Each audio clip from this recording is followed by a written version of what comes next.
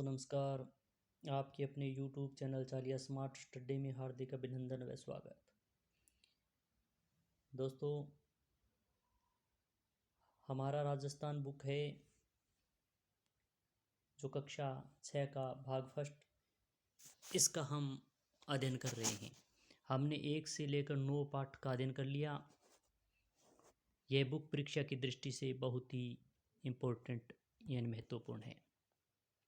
जो विद्यार्थी तैयारी कर रहे हैं उन विद्यार्थियों को एक बार तो राजस्थान अध्ययन बुक है, इसका एक बार अवश्य अध्ययन करना चाहिए, क्योंकि इन बुकों से सीधे ही प्रश्न परीक्षा में आ रहे हैं और ये बुक परीक्षा की दृष्टि से ऑथेंटिक्स भी है, क्योंकि आपत्ति अगर लगानी हो तो आप लगा सकते हो, क्योंकि इनमें जो प्रश्नों का उत्तर दिया हुआ है वो ही मान्य होता है।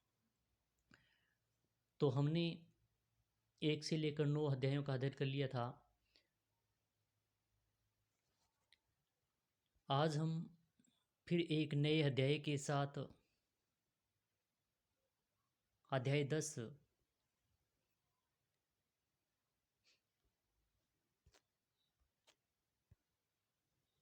10 लोक संस्कृति एवं कला के अध्याय का हम अध्ययन करेंगे। ये कक्षा 6 की पाठ्यपुस्तक में 1 से लेकर 10 अध्याय हैं। तो आज हमारा ये अंतिम पाठ है, क्योंकि 1 से लेकर 9 अध्यायों का हमने पहले अध्ययन कर लिया था। तो आज हम 10वें अध्याय का अध्ययन करेंगे। ये बहुत ही महत्वपूर्ण बुकें हैं माध्यमिक शिक्षा बोर्ड की, और इनसे वन लाइनर सीधे सीधे प्रश्न आ भी रहे हैं। तो आप हमारे साथ अंत तक बने रहें। इन अध्यायों का अच्छी तरीके से अध्ययन करें। अगर आपने 1 से लेकर 9 अध्यायों का अध्ययन नहीं किया है तो प्ले लिस्ट बनी है, उसमें जाकर 1 से लेकर 9 पाठों का अध्ययन अवश्य करें, क्योंकि ये थोड़े समय के अंदर, यानी ज़्यादा बड़े पाठ नहीं, छोटे छोटे पाठ हैं। 10 से 15 मिनट इनका देखने में, इनको सुनने में टाइम 10 या 15 मिनट लगती है। तो आप इनका अध्ययन अवश्य करना चाहिए, क्योंकि ये जो बुक है वो बहुत ही इम्पोर्टेंट है। इस पाठ के अंत में हम प्रश्नों का भी अध्ययन करेंगे और पाठ्यपुस्तक के प्रश्नों का, और इसके प्रश्न बन रहे हैं परीक्षा में उनका भी हम अध्ययन अंत में करेंगे। तो इसलिए आप अंत तक हमारे साथ बने रहें।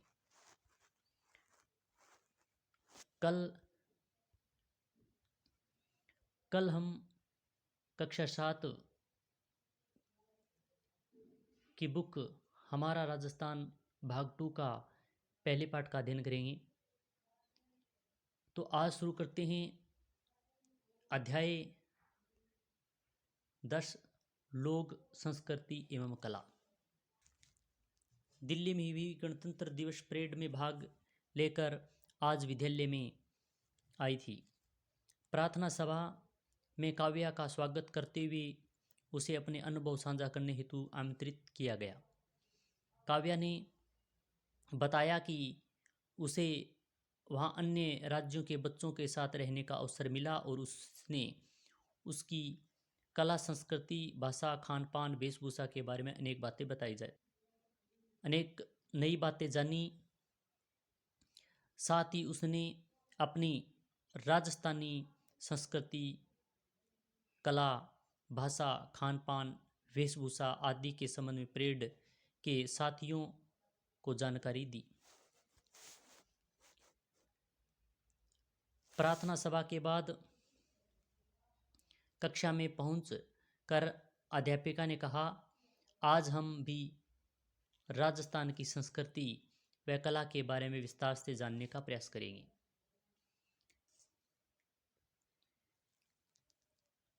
राजस्थान में अनेक धर्म व संप्रदाय के लोग निवास करते हैं, जैसे हिंदू, मुस्लिम, जैन, बौद्ध, सिख, ईसाई आदि।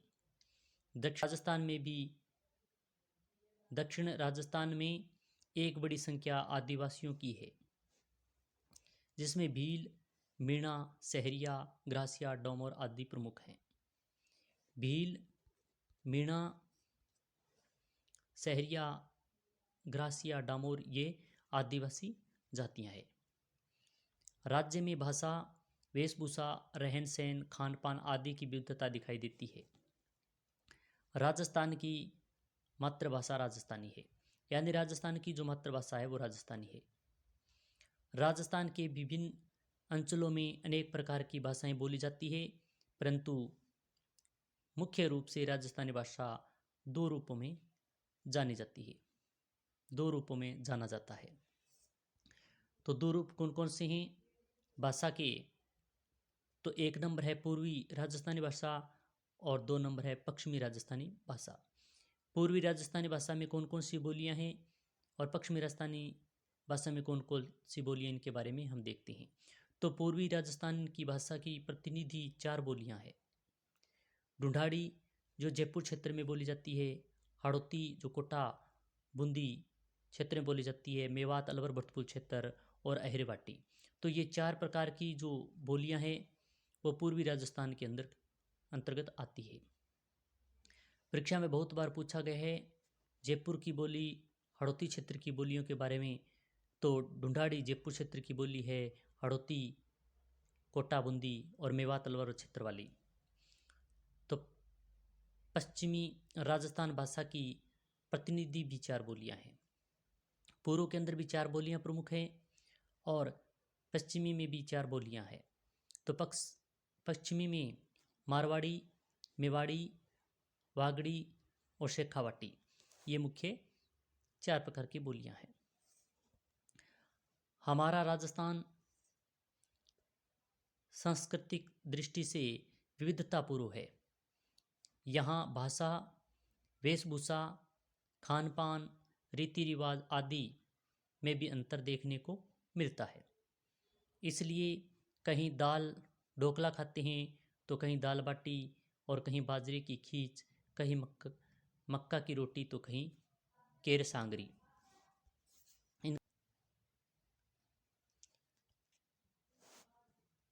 बाजरे की खीच कुछ स्थानों पर खाई जाती है, केर व सांगरी की सब्जी बनाई जाती है, मक्के की रोटी कुछ ऐसे स्थान है। यानी मुख्य बात यह है कि अलग अलग जगहों पर, अलग अलग स्थान पर अनेक वेशभूषाएं हैं, अनेक प्रकार का खान पान में विविधता पाई जाती है। वेशभूषा, राजस्थानी वेशभूषा अपने चटक रंग के लिए जानी जाती है। पारंपरिक राजस्थानी परिधान काफ़ी सुंदर और आरामदायक होते हैं। महिलाएं घाघरा, चोली और रंग बिरंगी गोटा लगी ओढ़नी पहनती है। पुरुषों का पारंपरिक परिधान धोती कुर्ता और कुर्ता पजामा है। स्वाभिमान और सम्मान का प्रतीक माने जाने वाली राजस्थानी पगड़ी बहुत आकर्षक होती है। वर्तमान में पश्चिमी वेशभूषा का प्रभाव बढ़ता जा रहा है, फिर भी राजस्थान की बहुरंगी वेशभूषा प्रभावित करती है। के पारंपरिक साधन यानी मनोरंजन के राजस्थान में कौन कौन से परंपरा से चले आ रहे साधन हैं, इनके बारे में देखते हैं। मनोरंजन जीवन का अनिवार्य अंग है। राजस्थान के विभिन्न अंचलों में स्थानीय एवं सहजता से उपलब्ध पारंपरिक संसाधनों द्वारा मनोरंजन किया जाता है। राजस्थान के ग्रामीण निवासी स्थानीय एवं सहजता से उपलब्ध साधनों द्वारा मनोरंजन करते हैं। ग्रामीण क्षेत्रों में बच्चे गिल्ली डंडा, सितोलिया, लुका छिपी, आंख मिचोली, घोड़ा दड़ी, मारदड़ी, लट्टू चक्कर, कंचे का खेल आदि खेलते हैं। ये अभी सेकंड ग्रेड में मारदड़ी ग्रामीण क्षेत्र से संबंधित खेल है, इसके बारे में पूछा गया था, यहाँ से प्रश्न आया हुआ है। चौपड़ चौसर कपड़े पर बनी बिसात पर खेले जाते हैं। चर भर नर छारी आदि जमीन पर बनाकर खेलते हैं। अन्य जन समुदाय के मनोरंजन के लिए सपेरे, कालबेलिए, मंदारी, जादूगर, पतंगबाजी और कठपुतली आदि के खेल थे। लोक नाट्य की शैली में ख्याल, हेला, गवरी, तमाशा, तुर्रा कलंगी, रासधारी, रामलीला, दंगल, स्वांग, नौटंकी, भवी आदि हैं। ये लोक नाट्य संबंधी शैली के खेल हैं। इन पारंपरिक खेलों के साथ साथ आधुनिक खेल एवं मनोरंजन के साधन भी यहाँ की जीवन शैली में देखने को मिलते हैं। राजस्थान में सांस्कृतिक विविधता भी पाई जाती है। अलग अलग क्षेत्र विशेष की संस्कृति अलग अलग है। तो सांस्कृतिक विविधता के बारे में देखें, राजस्थान में सभी पर्व व त्योहार हर्ष उल्लास के साथ मनाए जाते हैं, जैसे होली, दीपावली, रक्षाबंधन, ईद, महावीर जयंती, गुरु नानक जयंती, क्रिसमस आदि। साथ ही यहाँ गणगौर, तीज, अष्टमी, अक्षय तृतीया आदि पर्व एवं मेले और गवरी, गेर, रम्मत नृत्य एवं लोकगीत हमारी परंपराओं को दर्शाते हैं। यानी सांस्कृतिक विविधताओं में इन सभी लोकगीत, लोक संस्कृति सभी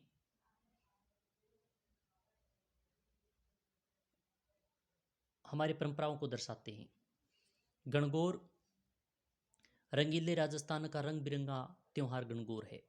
यह बहुत बार परीक्षा में आया हुआ है। गणगौर का त्योहार कौन से पक्ष में आता है? तो गणगौर चैत्र शुक्ल तृतीया पक्ष में आरंभ होता है, चैत्र शुक्ल तृतीया में। तो यह बहुत बार परीक्षा में पूछा गया प्रश्न है, याद रखें। और गणगौर की विशेषताएं देखें तो गण और गौर शब्द शिव और पार्वती का सूचक है। यानी गण और गौर ये दोनों शिव और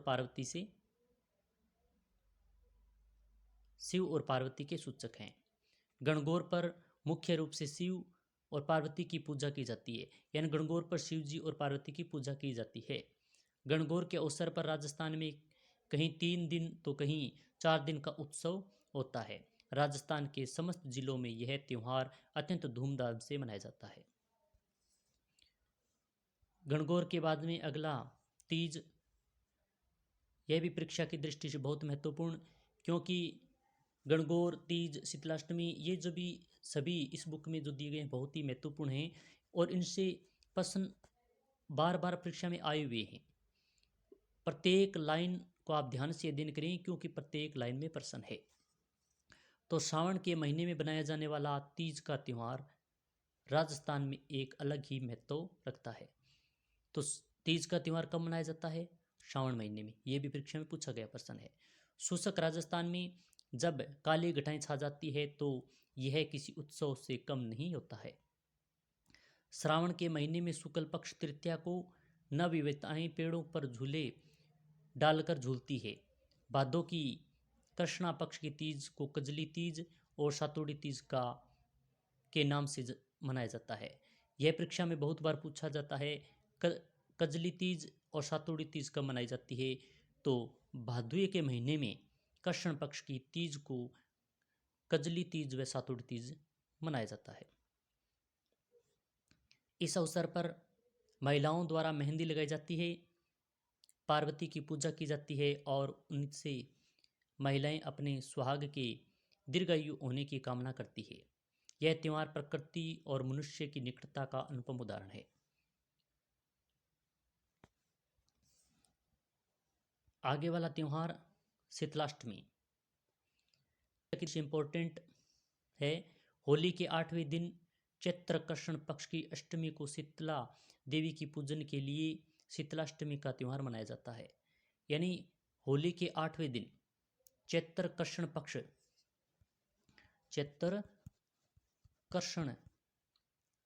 अष्टमी को यह त्यौहार मनाया जाता है। इस दिन बासुड़ा यानी भोजन एक दिन पहले बनाया गया। यानी बासुड़ा भोजन कौन सा होता है? जो एक दिन पहले बनाकर छोड़ लेते हैं। सुबह से पूजा की जाती है शीतलाष्टमी के दिन जयपुर के पास चाक्षु की सील की डूंगरी, उदयपुर की वल्लभनगर कस्बे में स्थित शीतला माता का मंदिर में मेले का आयोजन किया जाता है। यह बहुत इंपॉर्टेंट लाइन है। यह जयपुर में चाक्षु की सील की डूंगरी और उदयपुर के अंदर वल्लभ कस्बा, उसके साथ शीतला माता का मंदिर है। बहुत बार परीक्षा में ये प्रश्न पूछे गए हैं। लगभग हर शहर, गांव, कस्बे में शीतला माता की पूजा अर्चना की जाती है। शीतलाष्टमी की पूजा करते हुए दिखाया गया है। अक्षय तृतीया, यह भी परीक्षा की दृष्टि से बहुत इंपॉर्टेंट है। अक्षय तृतीया, तो देखते हैं अक्षय तृतीया के बारे में। इस दिन को आखा तीज भी कहा जाता है, यानी अक्षय तृतीया को ही आखा तीज कहा जाता है। इस दिन बिना मुहूर्त निकाले सभी मांगलिक कार्य किए जाते हैं, यानी आवश्यकता नहीं है मुहूर्त निकालने की, क्योंकि अक्षय तृतीया आखा तीज होती है। उस दिन सब कुछ मुहूर्त अच्छा होता है, सभी कार्य अच्छे होते हैं, मांगलिक कार्य सभी अच्छे होते हैं। इस दिन गेहूं, बाजरा, तिल, जौ आदि की पूजा की जाती है। इस दिन गेहूं बाजरे का खींच भी निकाला जाता है।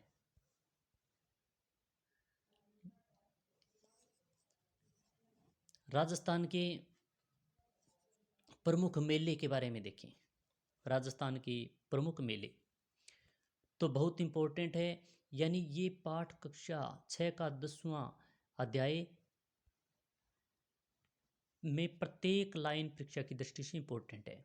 आप ध्यानमग्न होकर अच्छी तरीके से अध्ययन करें। अगर आपको क्लास अच्छी लग रही है तो लाइक करें, शेयर करें। पुष्कर मेला, अजमेर जिले के पुष्कर में कार्तिक पूर्णिमा का पर भव्य मेले का आयोजन किया जाता है। यह परीक्षा में बहुत बार पूछा गया है। पुष्कर मेला कहाँ आयोजित किया जाता है? तो अजमेर जिले में। और कब? तो कार्तिक पूर्णिमा पर इस मेले का आयोजन किया जाता है। इस अवसर पर विशाल बाजार लगता है, देश विदेश से पर्यटक आते हैं, यहाँ अनेक प्रतियोगिताओं का आयोजन होता है, जिससे मेलार्थी उत्सव में से भाग लेते हैं। पुष्कर में सुप्रसिद्ध ब्रह्मा का मंदिर एवं झील आकर्षक का प्रमुख केंद्र है। सायंकाल में या दीपदान, यानी सायंकाल के अंदर दीपदान पुष्कर मेले में आयोजन होता है। और बहुत बड़ा, एकमात्र सबसे बड़ा जो विधिवत रूप से पूजा होती है, ब्रह्मा जी का मंदिर पुष्कर के अंदर भी है। केला देवी का मेला, केला देवी का मेला करौली के अंदर, करौली में केला माता के मंदिर में चैत्र शुक्ला अष्टमी को विशाल मेला लगता है। करौली के अंदर चैत्र शुक्ला अष्टमी के दिन केला देवी का मेला लगता है, जिसे लक्खी मेला भी कहते हैं। यह परीक्षा में आया हुआ है। लक्खी मेला कौन से मेले को कहा जाता है? तो केवली देव मेला। चैत्रकर्ण द्वादशी से चैत्र शुक्ल द्वादशी तक चलने वाले इस मेले में दूर दूर से भक्त आते हैं। यह इस मेले का आयोजन है वो चैत्रकर्ण द्वादश से लेकर चैत्र शुक्ल द्वादश तक इस मेले का आयोजन किया जाता है। महावीर जी का मेला, महावीर जी के मेले का आयोजन भी करौली जिले में होता है। करौली जिले में श्री महावीर जी का मंदिर स्थित है, यानी महावीर जी का मंदिर कहाँ स्थित है? तो करौली जिले में। यह परीक्षा में बहुत बार आया हुआ प्रश्न। यहाँ चैत्र शुक्ला एकादशी से बैसाख कृष्ण तृतीया तक मेला लगता है, यानी महावीर जी का मेला है वो चैत्र शुक्ला एकादशी से लेकर बैसाख कृष्ण तृतीया तक मेले का आयोजन, बैसाख कृष्णा द्वितीया तक मेला लगता है। यहाँ 24वें जैन तीर्थकर महावीर जी की लाल रंग की भव्य प्रतिमा है, यानी 24वें तीर्थकर कौन है? तो महावीर स्वामी जी। यह प्रश्न परीक्षा में आया हुआ है। तो इनकी लाल रंग की भव्य प्रतिमा कहाँ पर है? तो करौली के अंदर। कोटा दशहरा मेला, कोटा के महाराव दुर्जनशाल सिंह के शासनकाल में 1729 से 1756 ईस्वी में दशहरा पर्व पर विभिन्न राशि सवारियाँ, दरी खाना और पूजा अर्चना के प्रमाण मिलते हैं। महाराव उमेद सिंह द्वितीय के शासनकाल में 1889 से 1940 में दशहरे पर्व को अत्यधिक आकर्षक बनाने का सिलसिला शुरू हुआ। वर्तमान में यह मेले अपने वैभव एवं विशालता को लेकर प्रसिद्ध है। हरियाली अमावस्या परीक्षा की दृष्टि से बहुत इंपॉर्टेंट है, इसके बारे में प्रश्न परीक्षा में आया हुआ भी है। उदयपुर में लगने वाला इस मेले की शुरुआत महाराणा फतेह सिंह ने 1899 ईस्वी में की थी। यहाँ प्रतिवर्ष हरियाली अमावस्या को भव्य मेले का आयोजन किया जाता है। यानी भव्य मेला प्रतिवर्ष हरियाली अमावस्या के दिन उदयपुर में लगता है और इस मेले की शुरुआत करने वाले महाराजा फतेह सिंह थे जो 1899 ईस्वी में की थी। हिंदू सभ्यता के लोग इसे सावन की शुरुआत के तौर पर मनाते हैं। श्रावण माह में कृष्ण पक्ष में लगने वाला यह मेला श्रावण और उससे मिलने वाली खुशी का संचार करता है।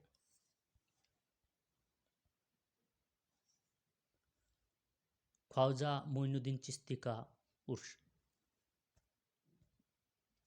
ख्वाजा मोइनुद्दीन चिश्ती ईरान से भारत आए। इनको गरीब नवाज के नाम से भी जाना जाता है। अजमेर में इनकी दरगाह है। पूरे देश के लोगों की आस्था का केंद्र है। इस्लामिक कैलेंडर के रजब माह की पहली से छठी तारीख तक अजमेर में ख्वाजा साहिब का उर्स लगता है। यह मेला सर्वधर्म सद्भावना की अनूठी मिसाल है। यानी सर्वधर्म सद्भावना का मेला कौन सा है? तो ख्वाजा मोइनुद्दीन चिश्ती की दरगाह जो अजमेर में है लगता है।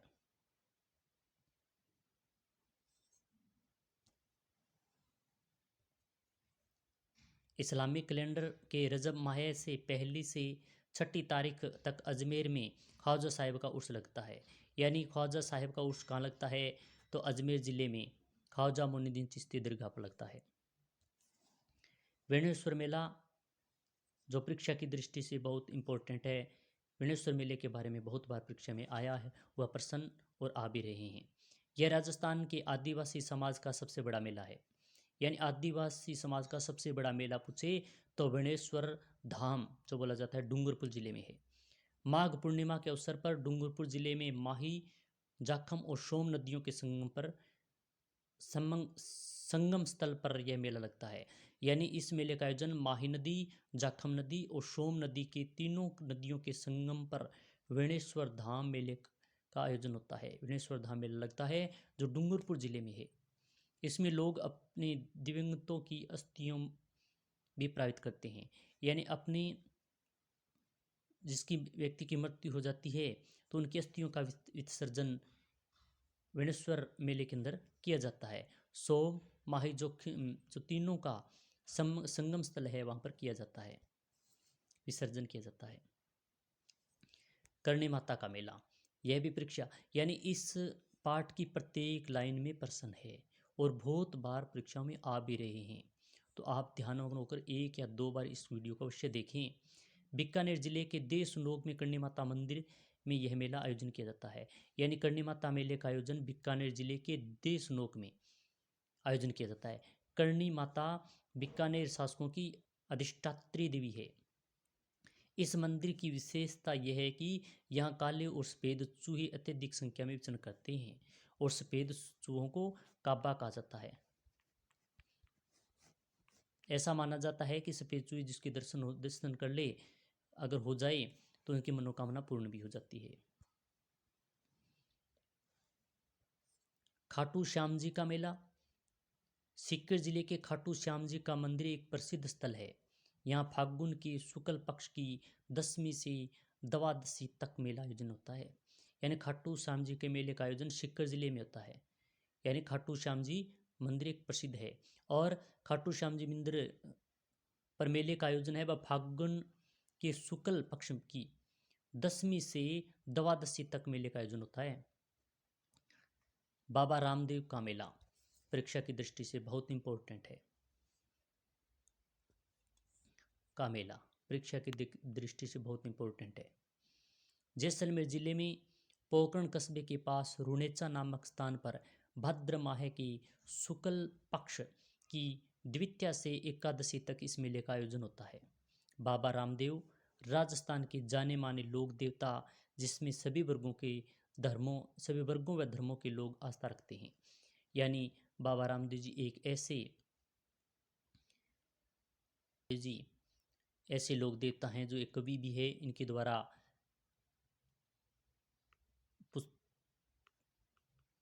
कवि भी हैं और बाबा रामदेव जी मेले का आयोजन भाद्र माह के शुक्ल पक्ष द्वितीया से लेकर एकादशी तक इस मेले का आयोजन किया जाता है। सोना दृष्टि का मेला भी माना जाता है। गलियां कोट काउश डूंगरपुर जिले के सागवाड़ा तहसील के गलियां कोट कस्बे में फर्रुखुद्दीन मौला की मज़ार है, जिसे मज़ार ए फ़कीरी के नाम से भी जाना जाता है।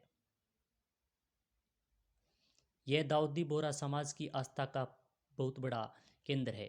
यहाँ के उस सभी वर्गों के लोगों की संख्या में उत्साह से भाग लेते हैं। दाऊदी बोहरा समाज की आस्था का केंद्र कौन सा उर्स है, कौन सा उर्स है? तो गलियां कोट का उर्स। यह डूंगरपुर जिले के सागवाड़ा तहसील गलियां कोट कस्बे में है।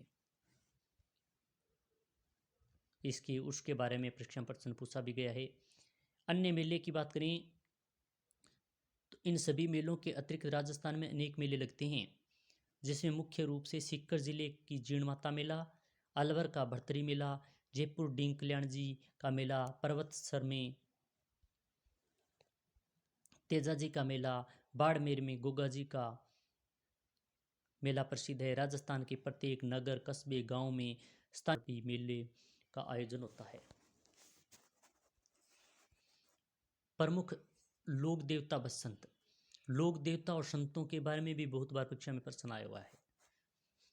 समाज सुधार कार्य, मानव सेवा, वन संरक्षक, पशु धन की रक्षा, गुरु भक्ति, वचन पालन जैसे मूल्यों के लिए जीवन देने वाले अनेक पुरुष राजस्थान में लोक देवता व संत के रूप में पूजनीय हैं। सामाजिक व धार्मिक कारणों से राजस्थान में लोक देवताओं का उदय हुआ। ये लोक देवताएं सांप्रदायिक सद्भावना की प्रेरणा हैं। सबसे पहले गोगा जी परीक्षा की दृष्टि से बहुत महत्वपूर्ण। राजस्थान के 5 पीर प्रमुख हैं: रामदेव जी, पाबू जी, मेहा जी, हड़बू जी और गोगा जी। गोगा जी चौहान शासक और गोरखनाथ से प्रभावित थे। भाद्र कृष्ण नवमी को गोगा नवमी के रूप में मनाया जाता है। इस दिन गोगा जी की पूजा अर्चना की जाती है। गोगा मेड़ी हनुमानगढ़ में महीने भर तक चलने वाला मेला लगता है। यानी गोगा जी मेले का आयोजन गोगा मेड़ी के हनुमानगढ़ जिले में इसका आयोजन होता है। गोगा जी मेले का आयोजन है तो गोगा नवमी के दिन यानी भाद्र कृष्ण नवमी को मेले का आयोजन होता है और यह लगभग 1 महीने तक मेला चलता है। तेजा जी ने गोधन की रक्षा के लिए अपने प्राणों की बाजी लगा दी थी। भाद्रपद शुक्ल दशमी को पर्वतसर में तेजा जी की स्मृति में विशाल पशु मेले आयोजन होता है। तेजा जी की गाथा और गीत बहुत प्रसिद्ध हैं। तेजा जी गोधन रक्षा के लिए अपने प्राणों की बाजी लगा दी थी और भाद्रपद शुक्ल दशमी को पर्वतसर में तेजा जी की स्मृति में पशु मेले का आयोजन किया जाता है और सबसे बड़ा पशु मेला पर्वतसर नागौर परीक्षा की दृष्टि से बहुत महत्वपूर्ण है। पाबूजी राठौड़ों को ऊंट के देवता के रूप में पूजा जाता है। ऊंट के देवता के रूप में किन्हें पूजा जाता है? तो पाबूजी को। पाबू मंड उनका मुख्य स्थान। फड़ चित्रण में पाबूजी का जीवन चित्रण दिखाया जाता है। रामदेव जी लोक देवताओं में प्रमुख एवं अवतारी पुरुष थे। वे सांप्रदायिक सौहार्द्र के प्रेरक थे। मुस्लिम समाज में उनको राम सा पीर के रूप में मानते हैं। रामदेवरा में भाद्र माह में विशाल मेले का आयोजन होता है। इन सब के अतिरिक्त मल्लीनाथ, देवनारायण, हड़बूजी आदि भी राजस्थान के प्रमुख लोक देवता माने जाते हैं। मीराबाई की ग्राम में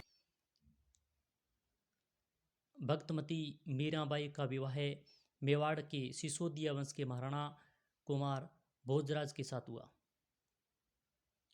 बचपन से ही कृष्ण भक्ति में मीरा का मन रम गया था। मीराबाई के विवाह के कुछ समय पश्चात उन्हें वैधव का दुख झेलना पड़ा। वे संसार से विरक्त हो गई और पूरा ध्यान कृष्ण भक्ति पर केंद्रित कर लिया। सरल सहज भक्त मीरा की विशेषता रही है, जो उनके पदों में भी झलकती है। दादू दयाल।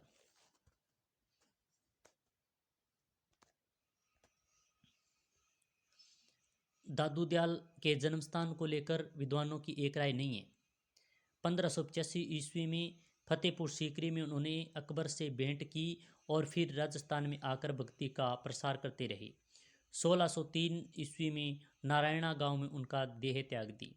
यह नारायणा जयपुर के अंदर है और इनके बारे में बहुत बार प्रश्न आया हुआ भी है। नारायणा। दादू दयाल बहुत महत्वपूर्ण है। जम्बोजी।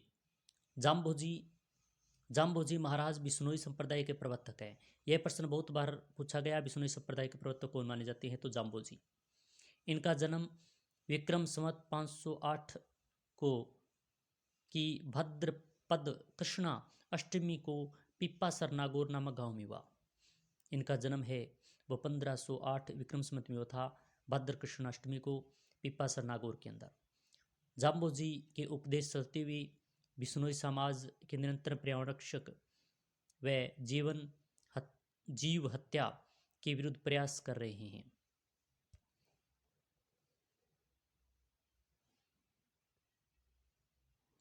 जो अनुकरणीय है। जसनाथ जी। संत जसनाथ जी का जन्म कत्रियासर बीकानेर में हुआ। उन्होंने गोरखनाथ से प्रभावित होकर तपस्या की, वह चमत्कारी योगी हो गए। सरदानाथ। राजस्थान के शेखावाटी क्षेत्र में संत सरदानाथ जी स्वयं शिक्षित न होते हुए भी जन में शिक्षा की अलख जगाई। उन्होंने अपरिग्रह, समता व चरित्र निर्माण की शिक्षा प्रदान की। सीकर जिले के लक्ष्मणगढ़ में त्याग और व तपस्या के प्रतीक एक आश्रम का निर्माण करवाया, जो सभी वर्गों के लिए पवित्र स्थल है। इनकी मान्यता थी कि स्वस्थता में ही ईश्वर का निवास होता है, अतः यह आश्रम का आदर्श वाक्य बन गया। यानी आश्रम का आदर्श वाक्य का था क्या था, मान्यता की स्वस्थता में ही ईश्वर निवास करता है। अब अगला टॉपिक है हस्तकला। काष्ठकला। काष्ठकला राजस्थान की एक प्रसिद्ध हस्तकला है। इस काल में लकड़ी से विविध प्रकार की कलात्मक वस्तुएं बनाई जाती है। इस कला का प्रधान केंद्र बस्सी चित्तौड़गढ़ है। यानी काष्ठकला का प्रधान जो केंद्र है वो बस्सी चित्तौड़गढ़ है। यह परीक्षा में पूछा गया बहुत बार प्रश्न। लकड़ी की बेवाण, कावड़ तथा रंगाई छपाई के ठप्पे यहाँ तैयार किए जाते हैं। लकड़ी का बेवाण, यह परीक्षा में पूछा गया प्रश्न। लकड़ी से निर्मित खिलौनों एवं कठपुतली के निर्माण के लिए उदयपुर प्रसिद्ध है। यानी उदयपुर जिला है वो लकड़ी से निर्मित खिलौने व कठपुतली के लिए प्रसिद्ध माना जाता है। जेठाना डूंगरपुर लकड़ी की मूर्तियों के लिए, शेखावाटी व बीकानेर फर्नीचर के लिए जाना जाता है। और ऐसा परीक्षा में पूछा जाता है कि लकड़ी की मूर्तियों के लिए कौन सा स्थान प्रसिद्ध है, तो जेठाना डूंगरपुर। और फर्नीचर के लिए शेखावाटी और बीकानेर प्रसिद्ध हैं। मूर्तिकला।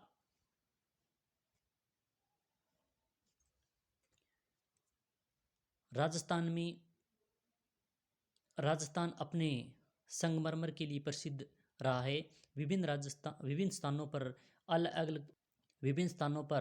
अलग अलग प्रकार के पत्थर पाए जाते हैं। इसी कारण यहाँ पर मूर्तियां व पत्थरों का बारीक निकासी का काम किया जाता है। टेरिकोटा। मिट्टी से मूर्तियां तथा विभिन्न सजावटी व उपयोगी वस्तुएं तैयार कर पकाना टेरिकोटा के नाम से जाना जाता है। नाथद्वारा के समीप मोलेला इस काम हेतु प्रसिद्ध है। अलवर बाड़मेर में भी टेरिकोटा की वस्तुएं निर्मित है। नाथद्वारा का मोलेला और प्रसिद्ध है। ये परीक्षा में पूछा गया प्रश्न। ब्लू पॉटरी बहुत महत्वपूर्ण है परीक्षा की दृष्टि से। चीनी मिट्टी से के सफ़ेद बर्तनों पर किए गए नीले रंग के अंकन को ब्लू पॉटरी के नाम से जाना जाता है। इसके अतिरिक्त ब्लैक पॉटरी, सुनहरी पोटरी आदि भी प्रसिद्ध हैं। इसके द्वारा डिजाइनर कप प्लेट, अन्य बर्तन और खिलौनों व सजावटी सामान जैसे फूलदान आदि बनाए जाते हैं।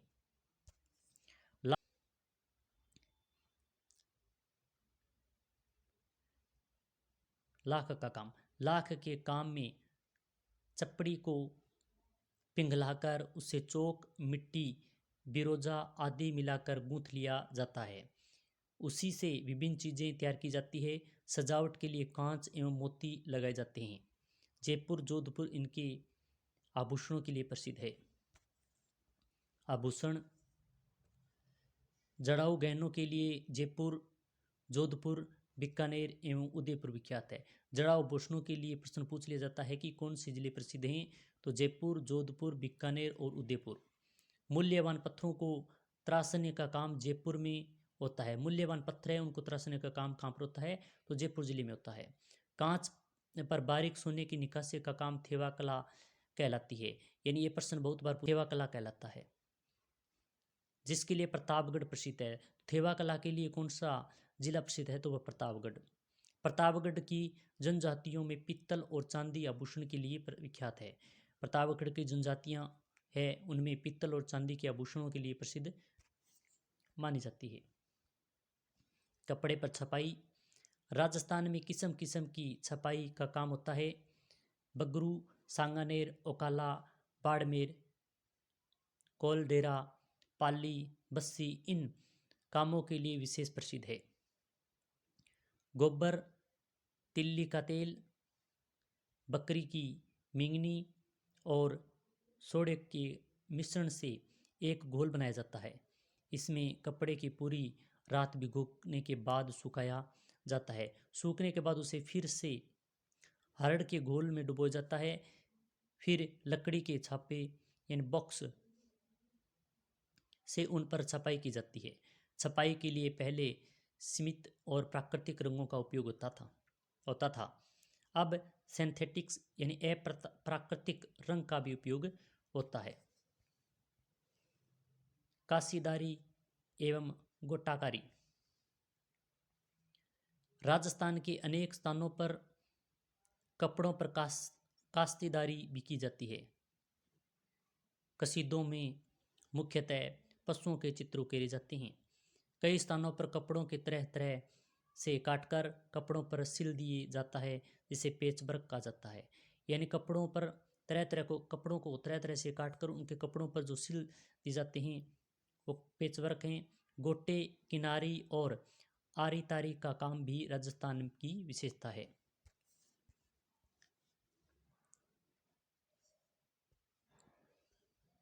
इस प्रकार हमने जाना कि देश की राष्ट्रीय संस्कृति का अंग होते हुए भी राजस्थान की संस्कृति की अपनी कुछ विशेषताएं हैं।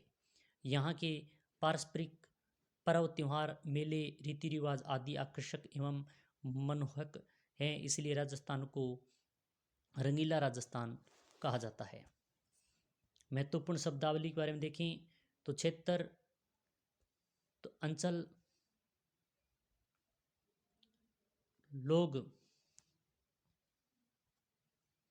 देवता, क्षेत्र विशेष में पूजे जाने वाले लोग देवता होते हैं। नक्काशी, पत्थर, धातु, लकड़ी आदि पर खोदकर किया जाने वाला कलात्मक कार्य। अभ्यास प्रश्न, चूहों के कारण किस मंदिर को जाना जाता है? ए ब्रह्मा मंदिर, ब करणी माता का मंदिर, स श्री महावीर जी का मंदिर और द शिव जी का मंदिर। तो चूहों के कारण करणी माता के मंदिर को जाना जाता है, जो देशनोक बीकानेर में। ऊंटों के देवता के रूप में किसे पूजा जाता है? ए रामदेव जी, ब तेजा जी, स बाबू जी और द जसनाथ जी। तो ऊंटों के देवता के रूप में जिन्हें पूजा जाता है वो है स बाबू जी को। ऊंटों के देवता के रूप में बाबू जी को पूजा जाता है। ऊंटों के देवता के रूप में इनकी पूजा की जाती है। चीनी मिट्टी के सफ़ेद बर्तनों पर खालिस्तान रंग के अंकन से ब्लू पॉटरी का निर्माण होता है। तो खालिस्तान की जगह बताना है क्या आएगा? तो कौन सा रंग? तो नीले रंग, यानी चीनी मिट्टी के सफेद बर्तनों पर नीले रंग के अंकन से ब्लू पॉटरी का निर्माण होता है। प्रश्न संख्या 2, तेजाजी ने खालिस्तान के लिए प्राणों की बाजी लगा दी। गोरक्षक के लिए, यानी गोरक्षक देवता के रूप में भी माना जाता है, गोधन रक्षा के लिए प्राणों की बाजी लगा दी थी। और इनका मेला है जो भाद्रपद शुक्ल दशमी पर्वत नागौर में लगता है। अति उत्तरात्मक प्रश्न, गणगौर के अवसर पर किसकी पूजा की जाती है? तो गणगौर के अवसर पर शिव और पार्वती की पूजा की जाती है। शिव व पार्वती।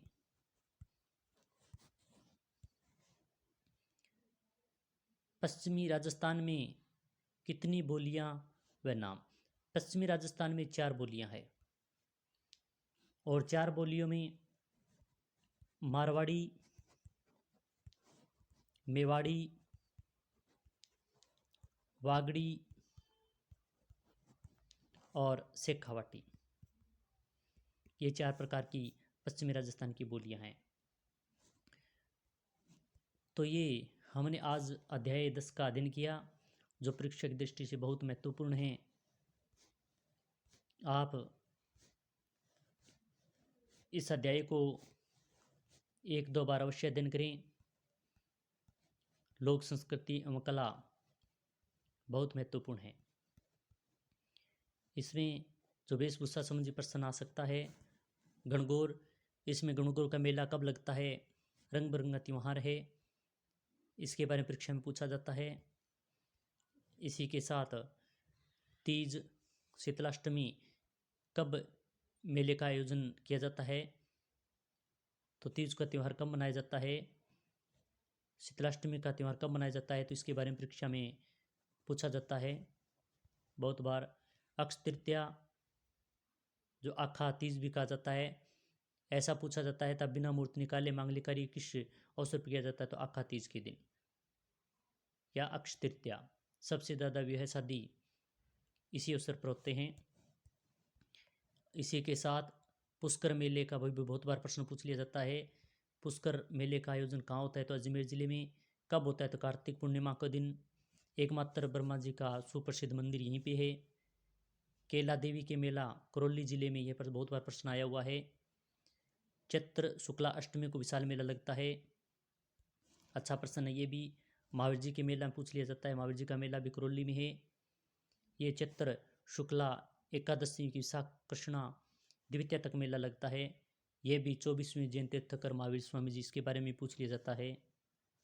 और हरियाली अमावस्या, जो उदयपुर में मेले, इसका आयोजन किया जाता है। इसकी शुरुआत महाराणा फतेह सिंह ने 1899 ईस्वी में की थी। तो यह भी अच्छा प्रश्न बनता है यहाँ से। ख्वाजा मोइनुद्दीन चिश्ती का उर्स अजमेर ज़िले में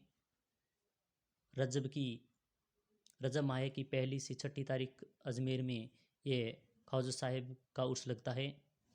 वेणेश्वर धाम डूंगरपुर आदिवासी समाज का सबसे बड़ा मेला, अच्छा प्रश्न बनता है यहाँ से। माही जोखम सोम नदियों पर सोंग स्थल पर कौन से मेले का आयोजन होता है, तो वेणेश्वर डूंगरपुर। करणी माता मेला बीकानेर देशनोक में, चूहे वाली देवी के नाम से प्रसिद्ध। सफेद चूहों को काबा कहते हैं, ये यहाँ से भी अच्छा प्रश्न बनता है। खाटू श्याम जी का प्रसिद्ध स्थल है। फागुन शुक्ल पक्ष की दशमी द्वादशी तक मेला लगे जिस होता है, ये भी अच्छा है। बाबा रामदेव जी के मेले के बारे में बहुत बार प्रश्न आता है, जैसलमेर के पोखरणा रुणिचे के पास। भाद्र माह के शुक्ल पक्ष की तृतीया से एकादशी तक इस मेले का आयोजन होता है, ये प्रश्न पूछा जाता है। गलियाकोट का उर्स डूंगरपुर जिले में, सागवाड़ा तहसील में गलियाकोट कस्बे में, ये भी अच्छा प्रश्न यहाँ से बनता है। और जो लोक देवता हैं, जो पंचपीर हैं, उनसे तो प्रश्न बनता ही बनता है, जैसे गुगा जी इंपॉर्टेंट है। तेजा जी के बारे में पूछ लिया जाता है। पाबू जी के बारे में तो बहुत बार प्रश्न पूछा जाता है कि ऊँट के देवता के रूप में पूजा की जाती है। रामदेव जी सद्भावना की दृष्टि से बहुत बड़ा मेला रामदेवरा रुनेचे में आयोजन किया जाता है। मीराबाई के बारे में प्रश्न पूछ लिया जाता है। दादू दयाल भी इम्पोर्टेंट है। दादू दयाल जो 1585 ईस्वी में जन्म फतेहपुर सीकरी के स्थान पर और नारायणा नामक स्थान जयपुर में इसके बारे में पूछ लिया जाता है। जम्बो जी के बारे में बिश्नोई संप्रदाय प्रवर्तक माने जाते हैं, ये भी अच्छा प्रश्न बनता है यहाँ से। जसनाथ जी का त्रियासर बीकानेर में इनका जन्म हुआ, ये भी अच्छा प्रश्न है। और काष्ठकला मूर्तिकला ये भी ठीक है। ब्लू पोटरी से अच्छा प्रश्न बनता है। चीनी मिट्टी के सफ़ेद बर्तनों पर नीले रंग का आंकलन ब्लू पोटरी कहा जाता है, ये भी अच्छा प्रश्न बनता है यहाँ से। आभूषण से ठीक है, अच्छा प्रश्न है। तो हमने ये महत्वपूर्ण अध्याय आज अध्ययन किया था, परीक्षा दृष्टि से बहुत महत्वपूर्ण है।